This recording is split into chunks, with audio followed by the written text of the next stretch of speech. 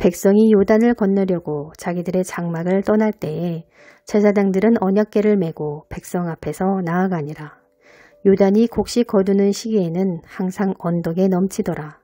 궤를 맨 자들이 요단에 이르며 궤를 맨 제사장들의 발이 물가에 잠기자 곧 위에서부터 흘러내리던 물이 그쳐서 사르단에 가까운 매우 멀리 있는 아담 성읍 변두리에 일어나 한 곳에 쌓이고 아라바의 바다 염해로 향하여 흘러가는 물은 온전히 끊어지매 백성이 여리고 앞에서 바로 건널세.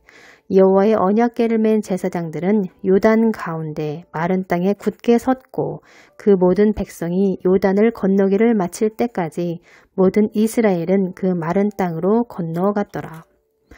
모세가 죽기 전 여호수아를 후계자로 삼습니다. 여호수아는 광야에 있을 때부터 모세를 수종했던 자였고 모세가 하나님과 대면할 때에도 장막 주변에서 임재를 경험하고 사모하며 어떻게 하나님을 섬기는지를 배웠던 것이죠. 그런 여호수아에게 모세가 안수할 때 지혜의 영이 충만해졌다고 말씀합니다. 이스라엘 백성들을 이끌고 가나안을 정복하기 위해서는 모세가 받았던 능력, 곧 이적과 기적, 큰 권능과 위엄을 행하는 것보다 지혜가 필요했기 때문에 허락하신 은사가 아닐까 싶습니다. 모세 곁에서 수종들며 배우고 준비되었던 여호수아입니다. 여호와께서는 온 땅을 두루 감찰하사 전심으로 자기를 찾는 자에게 능력을 베푸신다는 말씀처럼 하나님께서는 이렇게 준비된 자를 사용하십니다. 가나안 정복을 앞에 두고 하나님께서는 여호수아에게 여러 차례 같은 말씀을 반복하여 말씀하십니다. 내가 너와 함께 있으니 너는 강하고 담대하라. 여호수아와 백성들은 요단 강가에서 유숙하며 하나님의 인도하심을 기다립니다. 요단강은 자아의 죽음을 상징한다고 하지요. 내 앞을 가로막는 장애물입니다. 저는 남편 막대기로 연단받았는데 돌파해야 할 때 느낀 감정은 정말 하늘 꼭대기까지 닿아 있는 벽처럼 너무 높게만 느껴졌습니다. 너무 힘든 장애물, 돌파하기엔 너무 감당이 안 되는 장애물이었습니다. 감히 넘지 못할 장벽처럼 느껴졌습니다. 그래도 하나님께서는 믿음의 행동을 하게끔 인도하시더라고요. 두려워하지 말라, 마음을 담대히 하라. 그때 저는 죽으면 죽으리라 하는 심령으로 눈 딱 감고 행동했습니다. 요단을 건너는 것처럼 자아가 죽고 깨지는 순간이었죠. 해야 한다는 사실을 머리로는 알지만 행동으로까지 이어지지 못하게 하는 것들이 있습니다. 행동하지 못하게 가로막는 가장 큰 장애물은 자신의 생각과 감정입니다. 오만 가지 잡생각이 들면서 하지 못할 이유와 변명과 합리화와 핑곗거리가 머릿속에서 윙윙거리죠. 악한 영들이 넣어주는 생각들입니다. 사람마다 깨져야 할 자아들이 있는데 어떤 사람들은 두려움 때문에 행동하지 못하고 주저하는 것들이 있고 고집스러움, 자존심 때문에 하지 않는 것들이 있습니다. 그런 것들을 연단받으며 깨뜨리십니다. 절대 이것만큼은 도저히 안 돼, 할 수 없어 하는 것들, 그걸 하게 하십니다. 못하는 것을 하게 하시니 마음에 갈등이 일어나지요. 용기가 필요하고 결단이 필요합니다. 돌파하려면 자존심, 고집, 두려움을 붙잡고 있을 때가 아닌 거지요. 못할 것만 같은 것도 한두 번 하다 보니 하면 되네, 할 수 있네, 이런 용기와 담대함이 생기더라고요. 그렇게 계속 저 자신을 깨트려 갔는데 어느 날은 하늘 꼭대기까지 닿던 높은 벽이 그래도 좀 낮아져서 태산처럼 느껴지더라고요. 태산도 매우 높은 태산이었는데 그 태산도 능히 넘게 하셨습니다. 내 생각, 두려움, 고정관념, 아지 붙잡지 말라는 것이죠.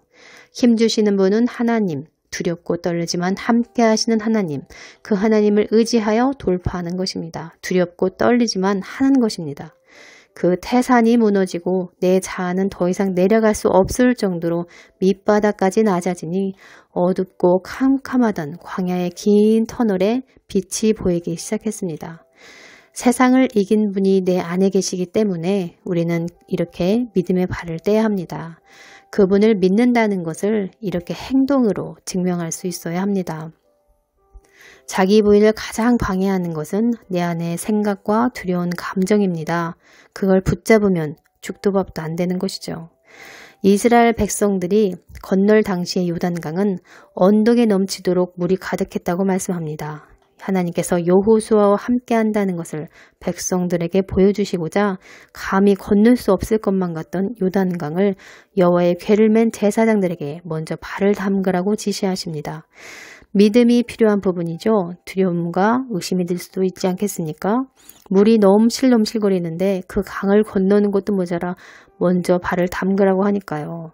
그러나 제사장들은 믿고 순종합니다. 넘실대는 요단강 물에 발을 딛기 시작했을 때 강물은 끊어졌고 백성들은 마른 땅을 건널 수 있었습니다. 믿는 자들이 순종합니다. 믿을 때 순종할 수 있습니다. 믿을 때 내 안의 두려움을 극복하고 순종할 수 있습니다. 믿음이 엄청 좋아서 순종하는 게 아니라 순종할 때 믿음이 더해집니다. 믿음은 이렇게 순종할 때 증가합니다.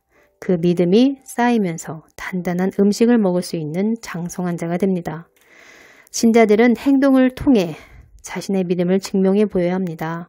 두려워서 못한다는 것은 믿지 못한다는 말과 같습니다. 하나님께서 어떤 것을 명하실 때 두려움을 붙잡으십니까? 아니면 즉각 순종하십니까? 내 앞을 가로막는 장애물들이 많습니다. 그 장애물을 통해 내 자아가 산산이 깨집니다. 짓이겨지고 부서집니다.